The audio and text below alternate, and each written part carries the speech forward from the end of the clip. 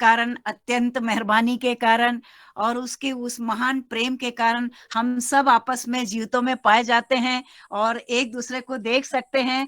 और जो वचन हमारे हाथ में बोया गया है, दिया गया है, उसको हम और भी गहराई से समझकर उस परमेश्वर के लिए उस वृक्ष की तैयारी कर सकते हैं।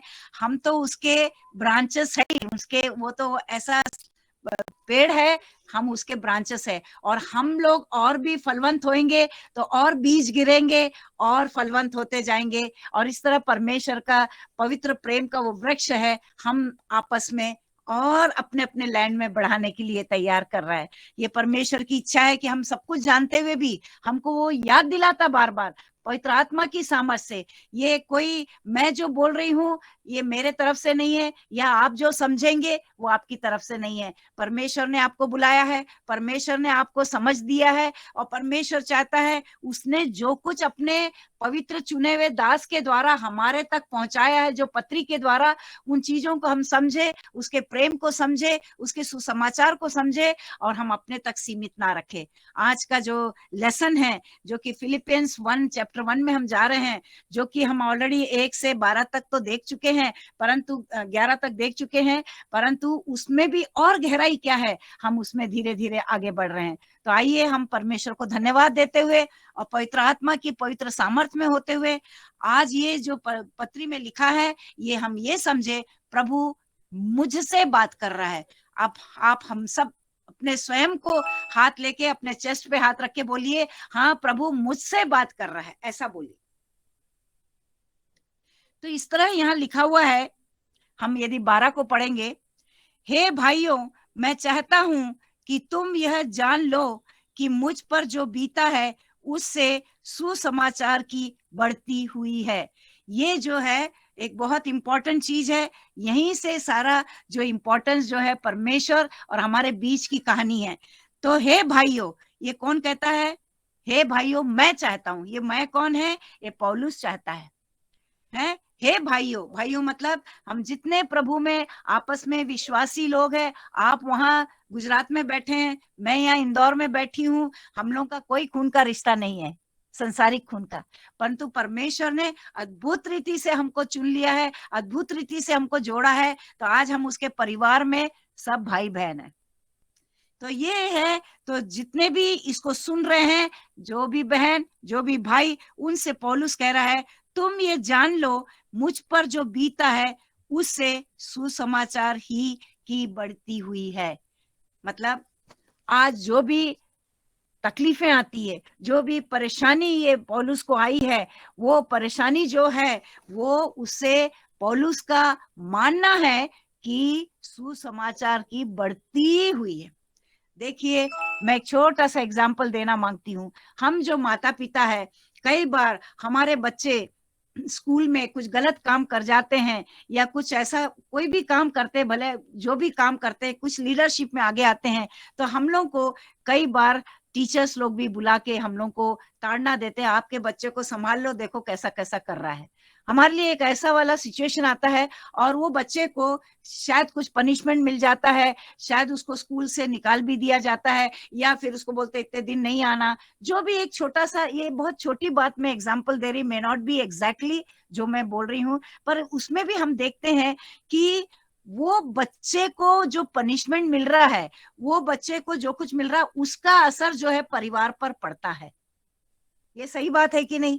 अभी जैसे कि हमारे परिवार में भी बच्चे के कारण, बच्चा चाहे विवाह के बाद कहीं जा रहा हो, या नौकरी में कहीं जा रहा हो, या स्कूल में कहीं जा रहा हो, उसके संग जब भी कुछ चीज ऐसी होती, ताड़ना पड़ती है, उस ताड़ना का असर पूरे परिवार पर, रिश्तेदारों पर भी पड़ता है, किसी ना किसी तरह से पड़ता है। और आपने इस बात को चख के देख लिया होगा, बराबर देख लिया होगा। हमारे बच्चे गलतियां करते हैं, माँ बाप पर असर होता है, या हमारे रिश्तेदारों पर असर होता है। वही चीज जो है पौलुस के संग हुआ। पौलुस जब कैद में था, तो पौलुस को मानने, पौलुस के पीछे चलने वाले जो कलीसिया के लोग थे, उन पर उसका बहुत असर हुआ। वो चीज को हम देखने जा रहे हैं यहाँ पे। तो ये जो है एक सहभागिता का, एक सहभागिता का एजेंडा क्या है? एजेंडा मतलब हम जब आपस में मिल रहे हैं, तो हम किन किन विषयों पर हम चर्चा करेंगे, उसको एजेंडा बोलते हैं। स्कूल्स में मीटिंग होता है टीचर्स तो प्रिंसिपल के बीच में, या नर्सिंग सुपरिटेंडेंट और नर्सेस के बीच में, या जॉब में मालिक और वर्कर के बीच में। तो मीटिंग में जाने से पहले एक प्लानिंग बना के एक एजेंडा होता है, उस एजेंडा पे ही डिस्कशन होता है, दूसरी बातों पे डिस्कशन नहीं होता है। और पौलुस ने ये लेटर जो है कलीसिया के बीच में, एक सहभागी मित्रों के बीच में एक मीटिंग के रूप में रखा, जहां वो डायरेक्ट हाजिर नहीं है। वो इस वक्त ये लेटर जो है वो कैद खाने से लिख रहा है।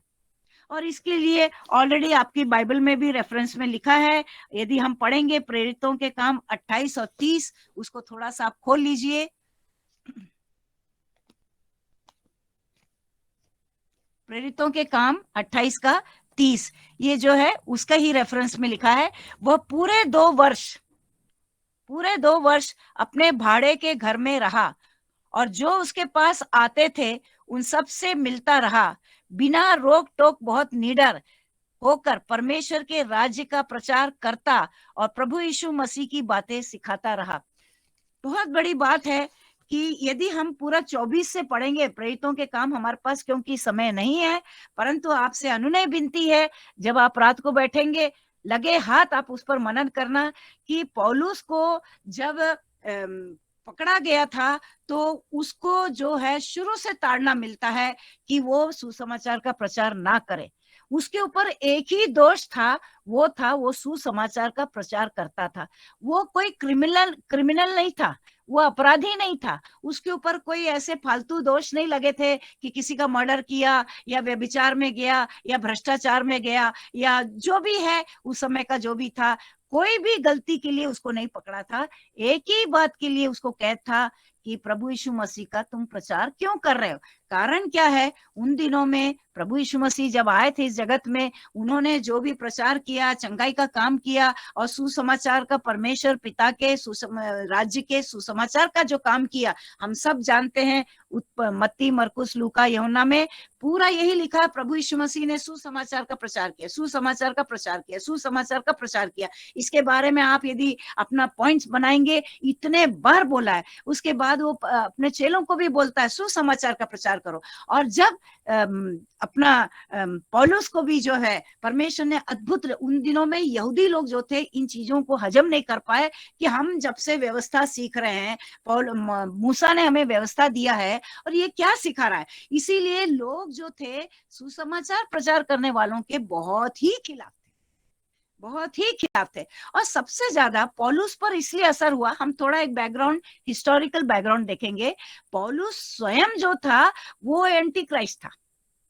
उसने यहूदियों के बीच में जब भी प्रचार होता था, वो जो प्रभु यीशु मसीह का प्रचार करने वाले चेलों को बहुत सताता था। हम सब जानते हो, बहुत ज्ञानवान था, उसको पुराने नियम का बहुत माना हुआ विद्वान था वो।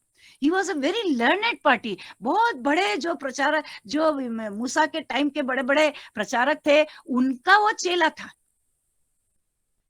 और तब प्रभु यीशु मसीह ने उसको पकड़ा और आज उसके ऊपर जब ये आया तो इसके बारे में भी लिखा हुआ है, मैं वो रेफरेंस याद करके आपको बताऊंगी कि जब उसके लिए प्रभु यीशु मसीह से बात किया जाता तो बोलते उसने जो किया था आज उसे मालूम होने दो कि सुसमाचार में भी कैद और सफरिंग है।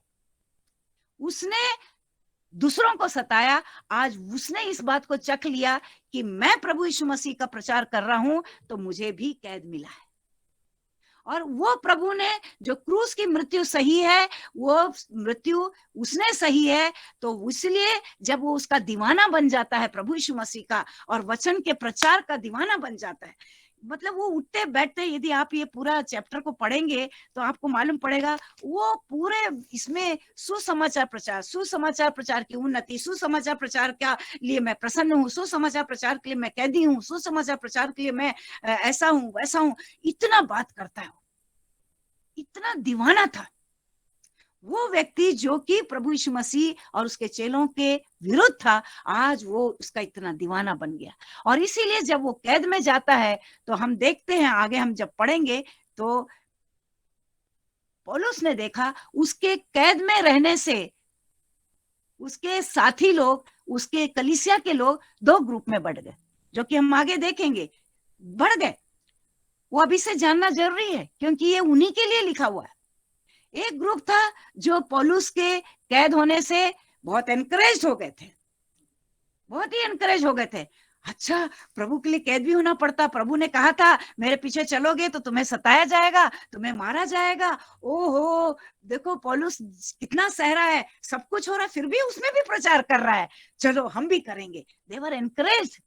ये बहुत अद्भुत बात है कि प्रभु यीशु मसीह के लिए सहना पड़ रहा है, उनको मार पड़ रही है, उनको कैद पड़ रहा है, उनका अपमान हो रहा है, उनके परिवारों को सताया जा रहा है, फिर भी वे सहमत है कि हम प्रभु के लिए काम करेंगे। तो हम इस बात को देखते हैं। और वो जो कैद खाने में रहकर इतना, उसको दो किस्म का कैद मिला था। एक बार जब वो रोमन साम्राज्य तक नहीं पहुंच पाया, उसके पहले उसको ले जाते समय रास्ते में उसको रोक के एक किराया का मकान में उसको रहने के लिए दिया गया। पर आपको मालूम है, भले वो वहां पे एक कैद खाना जैसा कैद खाने में नहीं था, वो मकान में था, वो फिर भी हथकड़ी में था, फिर भी वो हथकड़ी में था। और ये कैद खाना, ये जैसे कि अभी आप लोग न्यूज व्यूज पढ़ते होंगे, कोई कोई बड़े बड़े नेता लोगों को जो है नजरबंद कर देते थे, मतलब कि वो लोगों से नहीं, मतलब ऐसा वाला था। पर इसका ऐसा नहीं था, ये लोगों से मिलने को परमिशन था। क्योंकि 28 में 30 में हमने ये बात पढ़ा है कि हम उसको एक और बार हम उसको देख ले, क्या लिखा है। उसके पास आते थे, उन सबसे मिलता रहता था, बिना रोक टोक निडर होकर परमेश्वर के राज का प्रचार करता था और यीशु मसीह की बातें सिखाता था। मतलब वो हथकड़ी में रहते हुए भी उसने अपने तकलीफों को कुछ नहीं समझा, और वो जो है जितने लोग उनसे मिलने आते थे वो सबको प्रभु का प्रचार करता था। समझ लो कि आज आप में से कोई या मैं कैद खाने में हूं और मैं प्रभु की दीवानी हूं, आप मेरे से मिलने आएंगे, जो भी मेरे से प्यार करेंगे, मेरे से मिलने आएंगे, तो मैं पूरे टाइम प्रभु और प्रभु और प्रभु की बात करूंगी। परंतु आज भी हम देखते हैं कई लोग ऐसे हैं, हमको क्यों कैद किया, हमारा राइट है, हमारा ये है, हम लोग दूसरे वे में रिएक्ट करते किसी तरह वहां से छुटकारा पाने के लिए। पर पौलुस जो था वो बहुत खुश था, क्योंकि उसने जिंदगी में नहीं सोचा था कि मैं कैद खाने में जाके प्रचार करूंगा। क्योंकि कैद खाने में कौन रहता है, अब हम उसका वर्णन को समझेंगे, आप इतिहास पढ़ेंगे तो वहां पे लिखा है कि जो गार्ड लोग हैं, जो मतलब क्या बोलते हैं गार्ड, हाँ हिंदी में क्या बोलते हैं, जो देखने वाले कैद खाने में जो गार्ड गार्ड लोग जो है, सॉरी, तो उन लोग जो है, उन लोगों को हर 6-6 घंटे में गार्ड बदलते थे। और उस समय का जो हथकड़ी का था, मैंने इतिहास में पढ़ा, हथकड़ी का एक ये था कि मेरे हाथ में हथकड़ी है तो मेरे गार्ड के भी हाथ में हथकड़ी रहता था, और वो यहाँ वहां घूमता था तो वो हिलता था, तो इसका हथकड़ी जो है बहुत हिलता था। इसका हाथ को ऐसा आप इमेजिन कीजिए, लोहे का चीज आपके हाथ को रगड़ रहा है तो आपका स्किन का और हड्डी का क्या हाल हो रहा होगा। आप एक बार इमेजिन कर लीजिए, कुछ अच्छा कड़क लोहे का चीज बांध लीजिए और बच्चे को या किसी को बोलो तू भी बांध ले, और थोड़ा ऐसा ऐसा हिला के देखो, इतना दर्द होगा, बोले ए तू हिला मत ना रे, मेरा हाथ दुख रहा है। इतना तकलीफ में था। और ऐसे में भी एक और बहुत महत्वपूर्ण बात यह है, कैद में रहकर ना केवल उसने सुसमाचार का प्रचार किया, और वो जब प्रचार करता था तो वो जो कैदी के संग जो सिपाही अपना हथकड़ी लगा के बैठा रहता था, वो भी उस वचन को सुनता था, वो भी सुनता था। और कहते हैं कि जो कैदियों के ऊपर का सुपरवाइजर था वो इतना महत्वपूर्ण था, राजा ने उसको इतनी जिम्मेदारी दी, उसके अंडर में कम से कम बहुत सारे सिपाही लोग उसके अंडर में थे, मोर देन 100। और वो जो भी कुछ ये पौलुस बोलता था आपस में, जैसे हम भी बात कर रहे हैं, देखिए 2000 वर्ष के बाद भी ये वचन खाली तो नहीं गया ना, हम एक दूसरे को शेयर करते हैं। तो वैसे उन लोग ने भी जब सुसमाचार सुना तो उन लोग एक दूसरे को बोलने लगे, क्या बोल रहा है, सारे दुनिया में तो सिर्फ मूसा को मानते हैं, ये यीशु मसीह के बारे में बोल रहा है, इसीलिए मार खा रहा है, अपने को तो कुछ समझ में नहीं आ रहा है, कौन है यीशु मसीह, चलो फिर से सुनते हैं अपन। क्यूरियोसिटी में वो पौलुस के संग ये सुसमाचार जब दूसरों को देता था, इन लोग भी सुनते थे। और इन लोग अपने परिवार में बात करते थे, और ये जो मुखिया था वो और लोगों के बीच में बात करते थे। इसीलिए जब पौलुस का छुटकारा जब होता है, हम लोग बीच में भी पढ़ते हैं, तो वो बोलता है, पतरस को भी बोलता है कि तुम लोग कितने आनंदित हो, मैं भी उद्धार, मेरा भी उद्धार होना चाहिए। हम देखते हैं कैदियों का सरदार ये वर्ड बोलता है।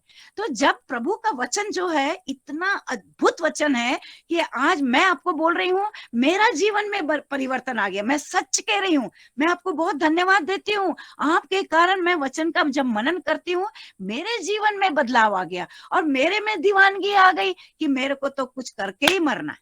मैं चाहे कुछ भी हो जाए, कोई मेरे खिलाफ जाए, मैं वचन सुनाऊंगी, मतलब सुनाऊंगी। यदि पौलुस सुनाता है तो वो पौलुस प्रभु का बुलाया हुआ दास है। मैंने तो कभी किसी को कुछ नहीं किया, मैं ये करके रहूंगी, समथिंग लाइक दिस।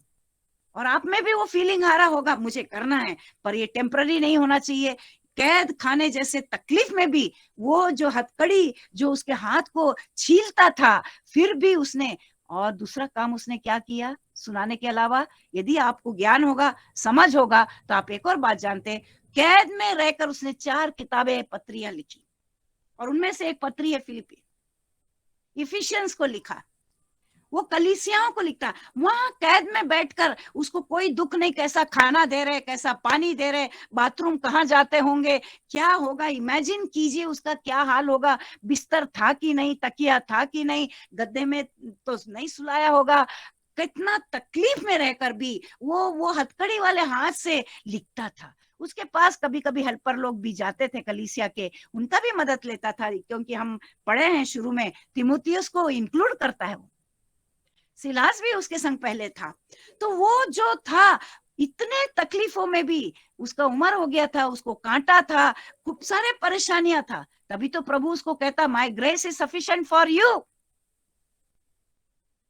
आज हमारे पास कोई तकलीफ नहीं मेरे बहनों भाइयों, हमारे पास कोई तकलीफ नहीं, हम आराम से अपने गद्दों पे सो रहे हैं। ठंड है तो बहुत सारा कपड़ा लगा लगा के बैठे हैं। मैं खुद 2 डबल स्कार्फ बैठ के पहनी हूँ, क्योंकि इंदौर में बहुत ठंडा है, और मोजा पहनते, ये पहनते। वो कैसे स्थिति में वो रहा होगा, आप एक बार इमेजिन करिए।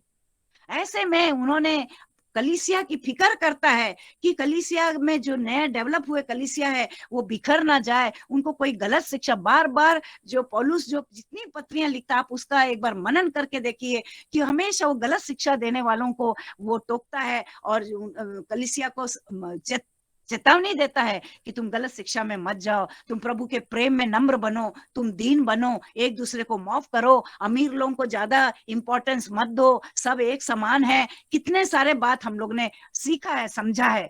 और यही बात जो है, ये यहाँ बैठकर, इतने तकलीफ में बैठकर, पाँव में चेन है, हाथ में चेन है, प्रॉपर खाना नहीं मिल रहा है, प्रॉपर पानी नहीं मिल रहा है, प्रॉपर कुछ नहीं मिल रहा है, फिर भी वो अपनी कलीसिया की फिक्र कर रहा है। तो वचन और फेलोशिप, ये हमने स्टार्टिंग में भी देखा है, क्योंकि हम देखते हैं ये 1 से लेके जो हम लोग ने 10 तक पढ़ा है, उसमें वचन और फेलोशिप का इंपॉर्टेंस को देखा है। ये जो पहला चैप्टर है वचन और फेलोशिप के ऊपर है, वो जितना वचन लोगों के बीच में बढ़ता है, उतना प्रभु में सहभागिता बढ़ती जाती है। उसने प्रभु के राज्य के लिए बहुत सारे सिटीजन को तैयार किया, गार्ड लोगों को भी तैयार किया, गार्ड लोगों के द्वारा उनके परिवार को तैयार किया, और उनके परिवार के द्वारा उनके पड़ोसियों को। इस तरह ना केवल रोमन के जो सिटीजन्स है उनको जो मिलने आते थे, कितने लोग ठट्टा करने के लिए भी मिलने आते होंगे, क्यूरियोसिटी से देखने मिलने आते होंगे, चेले लोग आते होंगे, उनको एनकरेज करता रहता था। जैसे कि टायर में हवा चला जाए तो हवा भरो तो टायर फिर से भर जाता है, वो पवित्र आत्मा का उस सामर्थ्य को उनमें भरता था, चैलेंज करता था। अरे मैं यहाँ हूं तो फिक्र नहीं करना, काम नहीं रुकना चाहिए। कई बार हम क्या होता है, हमारे कलीसिया का हमारा पास्टर साहब नहीं रहता है, इवेंजलिस्ट लोग नहीं रहते हैं, तो हम सोचते हैं चर्च कौन चलाएगा। पर परमेश्वर के लोगों को हर एक के पास मशाल होना चाहिए, हर एक के पास आग होना चाहिए वचन का, हर एक के पास ज्योति होना चाहिए वचन का। हम प्रभु यीशु मसीह ने हमको बोला, तुम नमक हो, तुम ज्योति हो, तुम क्या नहीं हो, इतना बड़ा बात बोला। तो हम का हमारा परमेश्वर का काम नहीं रुकना चाहिए, उसकी वो ज्वाला कभी नहीं रुकना चाहिए, उसकी वो फेलोशिप और बढ़ते जाना चाहिए, बढ़ते जाना चाहिए, बढ़ते जाना चाहिए। वो भले कलीसिया के अंदर नहीं आ रहे पर पूरे जगत में फैलना चाहिए। इसीलिए प्रभु यीशु मसीह ने कहा जगत के छोर तक जाके प्रचार करो। इसका यही मतलब है कि हम प्रभु के वचन को अपने तक ना रहे, अपने कलीसिया तक ना रहे, अपने फॉलोवर्स के बीच में केवल ना रखे, परंतु हर एक को सुनाए। हिम्मत करिए, आपको हिम्मत करना पड़ेगा, जवानों को उठना पड़ेगा, बच्चों को हमको इतना भरना पड़ेगा कि जब वो ये वचन हमसे छिन जाए तो वो भी याद करे। केवल भजन संहिता 23 याद करने से नहीं चलेगा, केवल प्रभु की प्रार्थना तैयार करने से नहीं चलेगा, जो है जितना हो सके, और केवल भजन संहिता ही याद करने से नहीं चलेगा। हम लोग को इम्पोर्टेंट इसलिए डायरी बनाइए। डेली जब मनन करते हैं अपने डायरीज को बनाइए, खूब सारी डायरीज को बनाइए। मैं आप लोगों के सामने साक्षी के रूप में कह रही, मेरे यंग एज से मेरे डायरियां बनी है, मेरा एक कबर्ड पूरा भरा हुआ है। डेट वाइज मैं अपना बाइबल स्टडी करती हूँ, उसमें लिखती हूँ, और फिर जब मैं खाली टाइम रहती हूँ उसको जब पलटती हूँ, इतना खुशी मिलता है और उसमें और जागृति आती है, मानो मेरे को सहभागिता में कोई मेरे को सिखाया जा रहा है, मेरे को वापस सिखा। और मैं जब ये किताबें कुछ कुछ खरीद लेती हूँ, जो प्रभु के नाम से जितने भी बुक्स ऑथर्स लोग रहते हैं, मेरे को बहुत शौक है किताब खरीदने का, और मैं वहाँ डेट लिखती, किस डेट में लिया। फ्लाइट में जाती तो मैं कहाँ जा रही थी, क्यों जा रही थी, पूरा लिखती हूँ। फिर सेकंड रीडिंग का डेट क्या है, थर्ड रीडिंग का डेट क्या है, हर एक बार अलग अलग पॉइंट्स मिलते हैं। You know that's why we have to prepare. हमारे पौलुस ने अपने आप को तैयार किया, केवल वचन में आगे नहीं बढ़ा, लोगों से बातचीत करता रहता था, बातचीत करता रहता था। मेरा प्रभु बढ़े, मेरे प्रभु का वचन बढ़े, उन्नति हुए। कितना सुंदर लिखा है, उससे सुसमाचार की बढ़ती हुई। हमको बढ़ाना है, सुसमाचार को रोकना नहीं है। हम केवल अपने ये जूम मीटिंग तक समाप्त नहीं करना है, सिर्फ कलीसिया तक नहीं करना। मेरे बहनों, मैं उठते बैठते कुछ भी जब बाइबल स्टडी करती, चाहे मैं फेसबुक में करूं, कहीं भी करूं, मेरा एक ही उद्देश्य है कि हम प्रभु के खूब लोगों को प्रभु के पास लाए, और हमें जो जिम्मेदारी मिला है उसको हम दबा के ना रखें। आपको बहुत वरदान मिला मेरे बहनों, कई लोग अन्य भाषा बोलते हैं, कई लोगों के पास चंगाई का वरदान है, कई लोगों के पास सेवकाई का वरदान है। हर एक को आप यदि कुरिन्थियंस की किताब को पकड़ेंगे, 11, 12, 13, 14, सब यही बात समझा रहा है पौलुस कि हम वरदानों से भरे हुए लोग हैं। हम अन्य जातियों से बहुत फर्क है, हम लोग गिफ्टेड लोग हैं, हम लोग डिफरेंट लोग हैं, हम लोग ब्रांडेड लोग हैं। हम अपने आप को जितने ऊंचाई में रखिए उतना ऊंचाई में रखिए, परंतु अपने आप को छोटा ना करें, छोटा ना करे। I want to encourage you, आप बीमार है तो बीमार पड़े रहिए, कोई बात नहीं, बीमारी में भी आप खूब काम करिए, खूब काम करिए। यू नो जितना आप ताकत लगाएंगे, जितना आप एनर्जी को वेस्ट करेंगे, जितना आप प्रभु के लिए गाना गाएंगे, प्रार्थना करेंगे, घुटनों में जाएंगे, उतनी आपकी बीमारी जो है कहाँ गई पता ही नहीं पड़ेगा, पता ही नहीं पड़ेगा। कभी दुखी मत रहिए, मेरे घर में ये प्रॉब्लम है, मेरे घर, अरे वो प्रॉब्लम सब जाएगा। मत्ती 6 को अच्छे से याद कर लो। प्रभु यीशु मसीह ने डायरेक्ट कहा, चिड़िया को देखो, फूलों को देखो, पत्तियों को देखो, सबको देखो, कोई चिंता नहीं करता है। वही यू वरी, ओनली एक ही काम करो, सुसमाचार का प्रचार करो।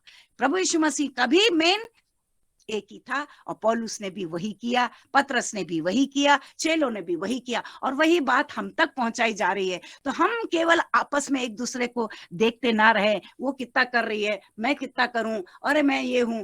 Leave it everybody. पौलुस ने किसी को नहीं देखा, पौलुस ने किसी को ना देखा, माया किसी को ना देखे, विक्टोरिया किसी को ना देखे, डेजी बहन किसी को ना देखे, जितने भी लोग यहाँ पे बैठे कोई किसी को ना देखे। एक दूसरे को जितना एनकरेज कर सकते करिए, वो नहीं करता है तो कोई बात नहीं, डोंट वरी।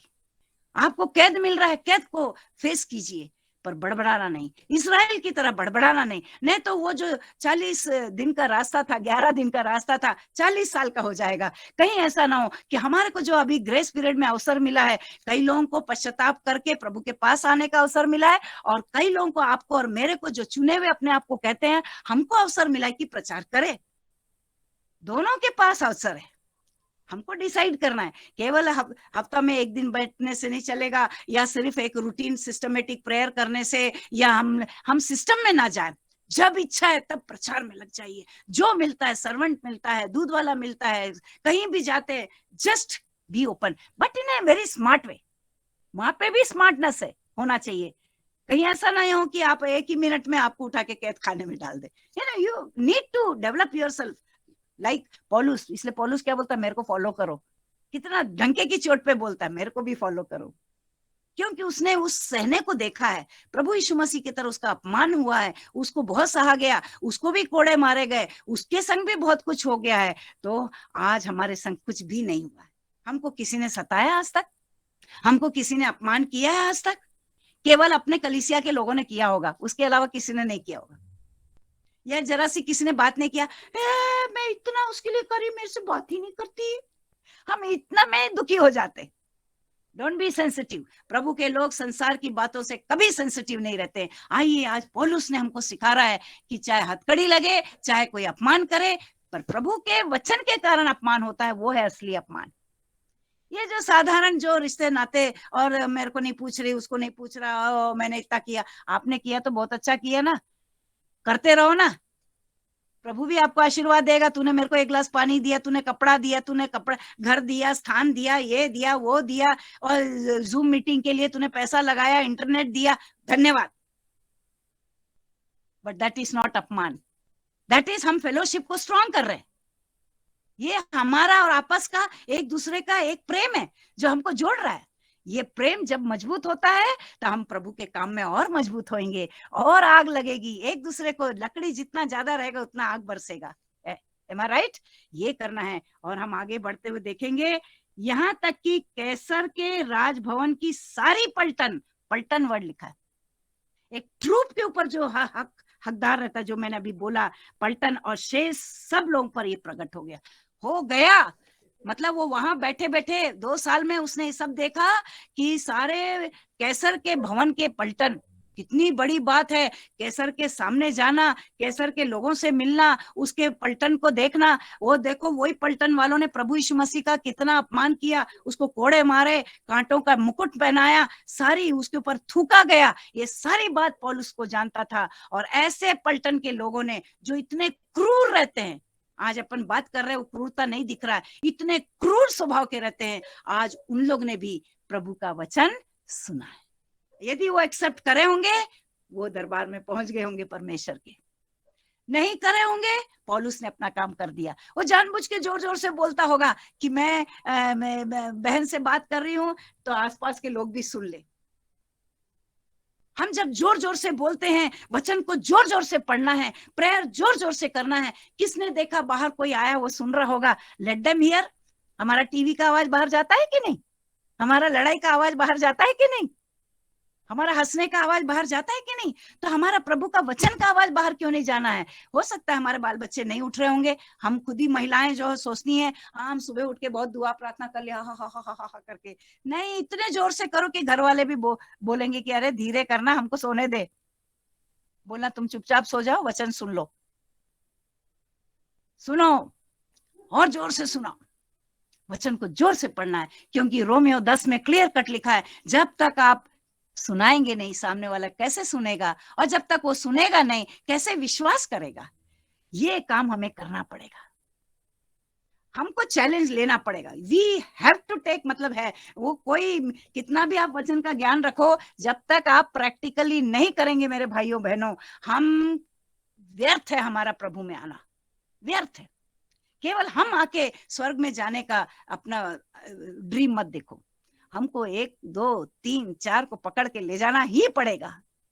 प्रभु का दरबार भरना चाहिए, उसका सिटीजन भरना चाहिए, पॉपुलेशन बढ़ना चाहिए, नहीं बढ़ना चाहिए, और उसकी प्रशंसा के गीत के आवाज जोरदार आना चाहिए। और देखो सारे पलटन और शेष सब लोग प्रभु में आए, कितनी बड़ी बात है। हम जब स्कूल में जाते हैं, हम जहां भी नौकरी में जाते हैं, जो यंगस्टर्स है, मैं उनसे बात करना मांग रही हूँ। ये तो जूम मीटिंग में मैं देख रही हूँ कि कई बार हम लोग ये वीडियो 6-7 जने इन्हें गिने, हम एक दूसरे को देखेंगे तो एनकरेज होंगे। मेरे को भी सबको देख के मेरे को भी आग लगता है, बोलने को इच्छा होता है। सब बंद कर देंगे तो मुश्किल हो जाएगा। प्रभु आएगा तो प्रभु को भी बोलना, प्रभु मैं अपना वीडियो बंद कर रही हूँ, आप बात करो वहां से। We should know each other, we should look at each other. एक दूसरे को देखना पड़ेगा और एक दूसरे को समझना पड़ेगा। एक दूसरे के एक्शन को देखो, रिएक्शन को देखो, उसके फीलिंग्स को देखो, और वो जो है एक दूसरे को ताकत देता है। थोड़ा सा हमको सिस्टम बदलना पड़ेगा। हम जब तक एक दूसरे को नहीं देखेंगे, मेरे को तो मालूम ही नहीं कौन कौन है, स्टैनली कौन है, और 8 जन अदर्स भी लिखा, कौन है आई डोंट नो।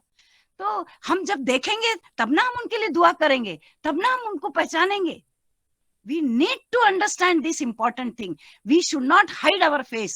सॉरी, मैं कुछ चीजें ओपनली बोल दी हूँ, पर ये होना बहुत जरूरी है। आप Daisy madam, Victoria madam leader है, और नैना पास्टर जी, आपसे रिक्वेस्ट है, आप लोग एक दूसरे को एनकरेज करिए कि सब एक दूसरे को देखने पाए। नहीं, एम आई राइट? सुनाई आ रहा है? चलो कोई बात नहीं है। और फिर लिखा है कि और प्रभु में जो भाई, उनमें अधिकांश मेरे कैद होने के कारण हियाव बांधकर परमेश्वर का वचन निधड़क सुनाने का और भी साहस करते हैं। देखिए, जब हम एक दूसरे को देखते हैं तो हमारे में साहस आता है। अरे, ये कर रहे हैं, हम भी करेंगे। ये सह रहे हैं, हम भी सहने के लिए तैयार है। चलो हम उनके लिए कुछ काम करें, चलिए हम उनसे जाके मिले, क्योंकि प्रभु यीशु मसीह स्वयं कहता है, कैद खाने में जाओ और लोगों से मिलो। हमको लोगों से मिलना पड़ेगा, बीमार है उनसे मिलना पड़ेगा। यहाँ बैठ के दुआ करने से काम नहीं चलेगा। We need to go to them. उनकी फैमिली में कितना प्रॉब्लम आ रहा होगा, कितना फाइनेंशियल प्रॉब्लम आ रहा होगा, कितना फूड का प्रॉब्लम आ रहा होगा, कितने प्रॉब्लम आ रहे होंगे। जब तक हम व्यक्तिगत, केवल पास्टर जी या इवेंजलिस्ट लोग या लीडर लोग नहीं जाना है, सबको एक ऐसा प्रोग्राम बनाइए कि हम एक दूसरे को ताकत दे और प्रभु की अगुवाई में हम एक दूसरे को सामर्थ्य दे। हम थोड़ा सा एक एग्जाम्पल देखेंगे। जब प्रभु यीशु मसीह जब रूपांतरण होता है, मत्ती 17 में यदि आप देखेंगे, रूपांतरण के समय पहाड़ पर यूहन्ना, पतरस और याकूब तीनों थे, तो प्रभु का एक रूप देखा, और उन्होंने एलिया और मूसा और उनको भी देखा, तो बोले प्रभु जी अपन यही तंबू गाड़ के बैठते हैं। मतलब उन लोग बोले वहां नीचे जाके इतना अपमान होता है, इतना लोग हम लोग को सताते हैं, चलो अपन यहाँ शांति से बैठते हैं। तब प्रभु क्या बोलता है? नहीं, प्रभु की योजना ये नहीं है। वो समय आएगा तो सब कुछ होएगा। अभी हमको नीचे उतरना है, पहाड़ के नीचे, और अपना काम सुसमाचार का करना है।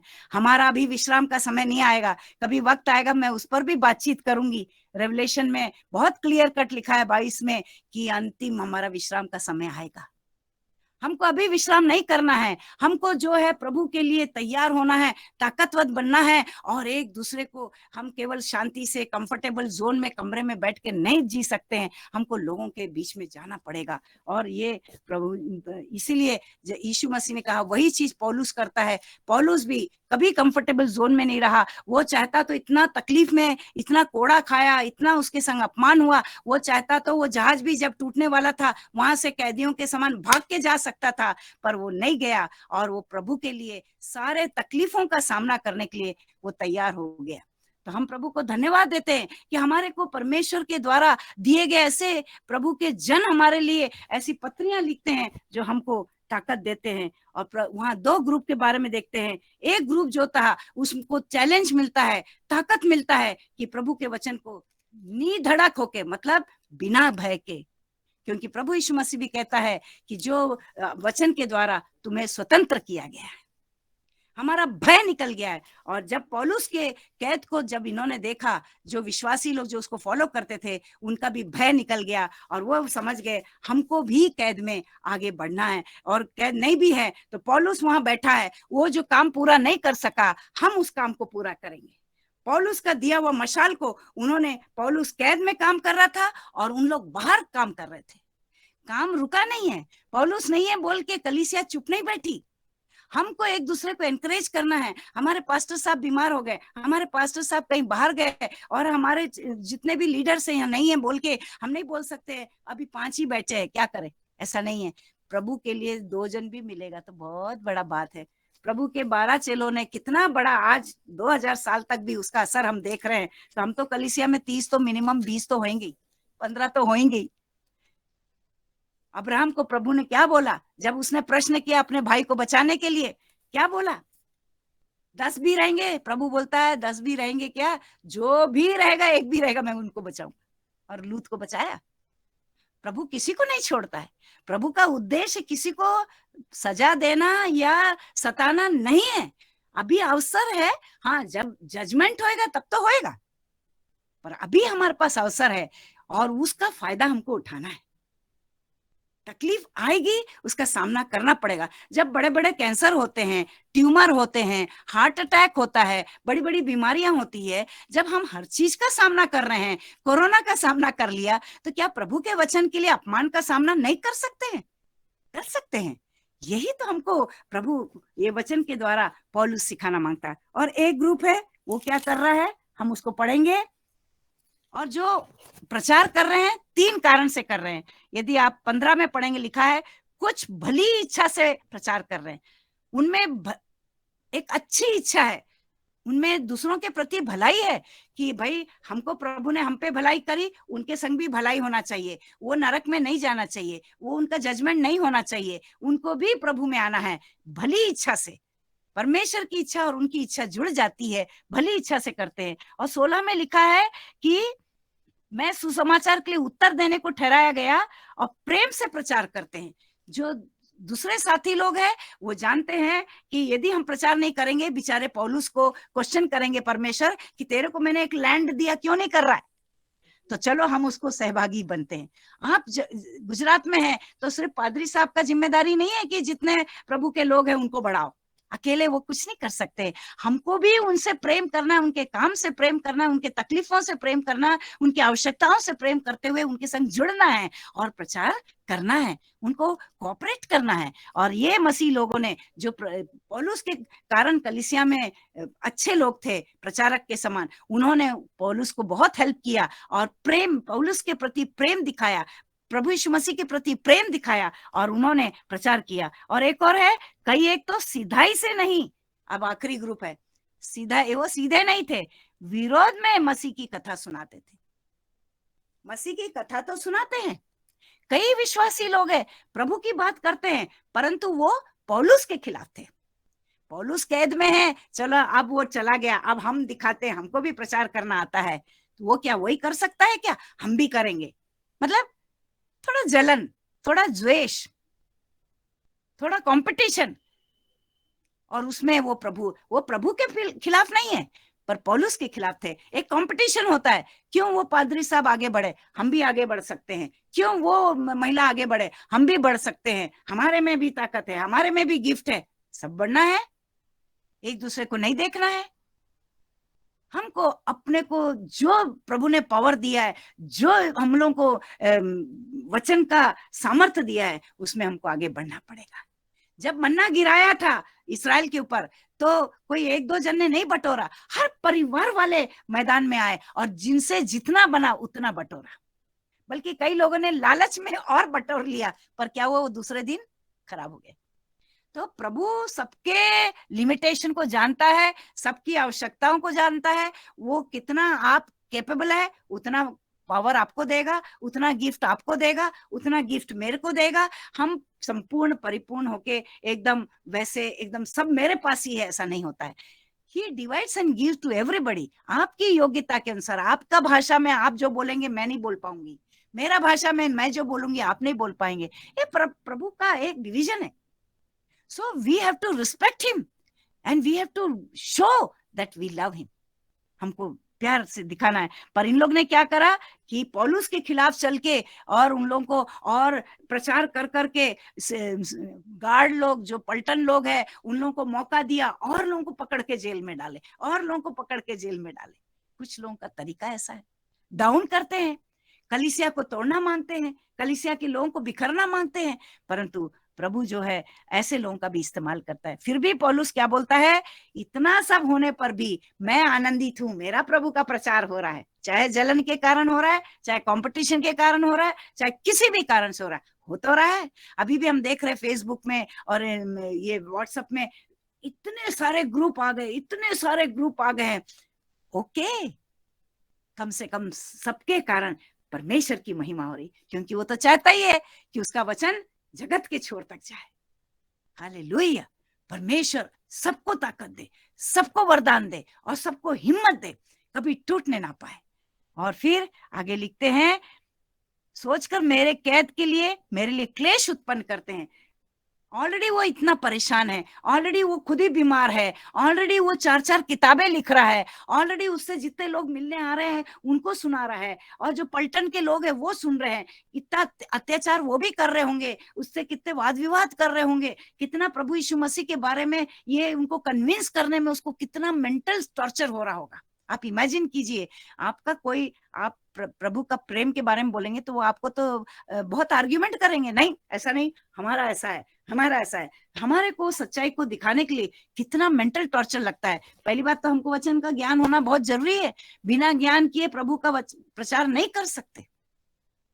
किस हद तक हमारे संग टॉर्चर हो सकता है उसका भी ज्ञान होना बहुत जरूरी है। Are you ready? ये प्रभु हमको सिखाना मांग रहा है, ये प्रभु हमको सिखाना मांग रहा है। आइए हम उसकी गहराई को समझे, वचन की गहराई को। ये वचन तो सबको मालूम है, पर मैं सिर्फ यहाँ आज एनकरेज करना मांग रही हूँ। जितने मेरे भाई बहन हैं, आपसे अनुनय विनती है, कभी निराश नहीं होना। और आपको अभी अच्छा उम्र है, वो उम्र में उसका इस्तेमाल कीजिए। आपकी हड्डियां मजबूत है, आपके मसल मजबूत है, आपकी मेमोरी अच्छी है, आपकी आंखें अच्छी है, आपका विचार अच्छे हैं, आपके पास फैसिलिटीज है, कार है, ट्रांसपोर्टेशन है, सब कुछ है, आपके पास कलीसिया की बिल्डिंग है, आपके पास अच्छा घर है, इतना फैसिलिटी है। उस समय तो किसी के पास कुछ नहीं था, किसी के पास कुछ नहीं था, पैदल जा जा के काम करते थे। आप कंपेयर करके देखो अपने आप को, कागज में लिख के कि प्रभु ने मेरे को कितना दे के रखा है, बिना मांगे दे के रखा। कितने अच्छे अच्छे गाने बनते हैं, बिना मांगे आपने इतना सब दिया प्रभु, धन्यवाद धन्यवाद धन्यवाद, हम बोलते रहते हैं, हम प्रभु को धन्यवाद देते हैं। और फिर हम देखते हैं कि तो क्या हुआ, केवल यह कि हर प्रकार से, चाहे बहाने से चाहे सच्चाई से, मसीह की कथा सुनाई जाती है, और मैं इससे आनंदित हूं, आनंदित रहूंगा भी। मतलब वो बार बार क्लेम कर रहा है, चाहे कुछ भी होगा मैं आनंदित रहूंगा, चाहे क्रूस की मृत्यु मुझे सहना पड़े मैं आनंदित रहूंगा। मेरे प्रभु ने सही मेरे लिए, मैं भी सहूंगा प्रभु के सिटीजन को बढ़ाने के लिए। हम प्रभु को धन्यवाद देते हैं। हमारे बीच में गलत किस्म के लोगों का सामना होता है, हमारे ग्रुप में अच्छे लोगों का सामना होता है। हमको लोगों को पहचानना है, परंतु हमको उनसे बदला नहीं लेना है, परंतु उनको माफ करना है। क्योंकि यीशु मसीह ने जब क्रूस पे उनको माफ करा, तो हम कौन होते किसी को, हम उनको किसी भी प्रकार से उनको तकलीफ पहुंचाए। प्रभु खुद अपना सब कुछ देख लेगा, प्रभु हमको मदद कर रहा है। इसीलिए आप थोड़ा सा, आप जरूर प्रेरितों के काम को जरूर, पौलुस का वो आखिरी टाइम का वो सिचुएशन वहां पे लिखा है, 28 को भी पढ़िए, 26 से लेके 28 को अवश्य पढ़िए। और परमेश्वर जो है उसी तरह जो है, यीशु जो मसीह ने जो है जो कुछ भी किया है पौलुस के लिए, वो पौलुस के समझ के लिए किया है कि तू आज जो सह रहा है, तू याद कर, तूने एक दिन मुझे भी सताया था, आज ये लोग तुझे सता रहे, तू समझ, पर भी मैं तेरे साथ हूं, फिर भी मैं तेरे साथ हूं। कई बार हम हमारे प्रभु को सताते हैं, कई बार हमारे विचारों से हम सताते हैं, हमारे एक्शन से सताते हैं, हमारी इच्छाओं से सताते हैं, हमारी अभिलाषाओं से सताते हैं। हम उसके वचन के खिलाफ जाके अपनी इच्छा पूरी करने के लिए ऐसे ऐसे काम करते हैं जो शायद प्रभु को पसंद नहीं है। फिर भी प्रभु हमको मौका देता है, और प्रभु कहता है तू मुझे इतना सता रहा है। इजराइल ने कितना सताया परमेश्वर को, फिर भी परमेश्वर ने उनको बहुत आशीष दिया, और आज भी बोलता है तुम मेरे लोग हो, मेरी प्रजा हो, मेरे लोग हो। और हम जो विश्वासी लोग भी है, हम कितने बार भी गिर जाएंगे मेरे भाइयों बहनों, वो हमको उठाता है, वो हमको 7 के 70 गुना बार क्षमा करता है। वो कहता है धर्मी लोग गिर भी जाएंगे तो मैं उठाऊंगा, मैं धर्मी लोगों के परिवार वाले कभी भूखे नहीं रहेंगे, वो रोटी नहीं के लिए तरसेंगे। इतना बढ़िया बढ़िया वो प्रोमिसेस करके रखा है, तो हम क्यों डरना है। आज अपने अंदर का भय को निकाल दीजिए। हमारी प्रार्थनाओं में हम सिर्फ और सिर्फ ऐसी प्रार्थना करें, प्रभु हमारा डर निकाल दे, प्रभु हमारे को वचन से भर दे, प्रभु हमारे को वचन दूसरों को देने के लिए हमको रास्ता बता, हमको तरीका बता, हमको ऐसा बता कि तेरे लोग कैद में ना जाए, परंतु जब तक वो जीवित है तेरे लिए वो काम करे जो तेरी इच्छा है। जैसे तू स्वर्ग में तेरी इच्छा पूरी करता है, वैसे तेरी इच्छा इस पृथ्वी में पूरी हो, तेरी इच्छा मेरे जीवन के द्वारा पूरी हो, तेरी इच्छा मेरे परिवार के द्वारा पूरी हो, तेरी इच्छा मेरी कलीसिया के द्वारा पूरी हो। हम ऐसी प्रार्थना करें। आइए मैं यहीं पे वचन को समाप्त करती हूँ। बोलने के लिए बहुत कुछ है, आपके पास भी है, पर प्रभु हम सबको सामर्थ्य दे। पौलुस का उद्देश्य था प्रचार और प्रचार और प्रचार, evangelism, evangelism of the gospel, of the gospel, वचन का। हम वचन से भर जाए, वचन से परिपूर्ण हो जाए और अपने आप को इस तरह तैयार करे कि आधी रात को भी कभी जरूरत पड़े, जरूरतमंद के सामने उसके प्रेम को प्रकट करने पाए। मैंने यदि आज ज्यादा बोल दिया तो मेरे से नाराज होंगे group, I am very sorry. कभी कभी होता है, टीचर होने के नाते बोल जाते हैं, sorry. God bless you all, thank you. अभी 5 मिनट बाकी है आंटी। नहीं, वो मैं प्रार्थना के लिए देती हूँ। I like to have prayer related to words, हमने जो वचन सीखा ना उसके आधार पर। थैंक यू आंटी, परमेश्वर के वचन में से आपने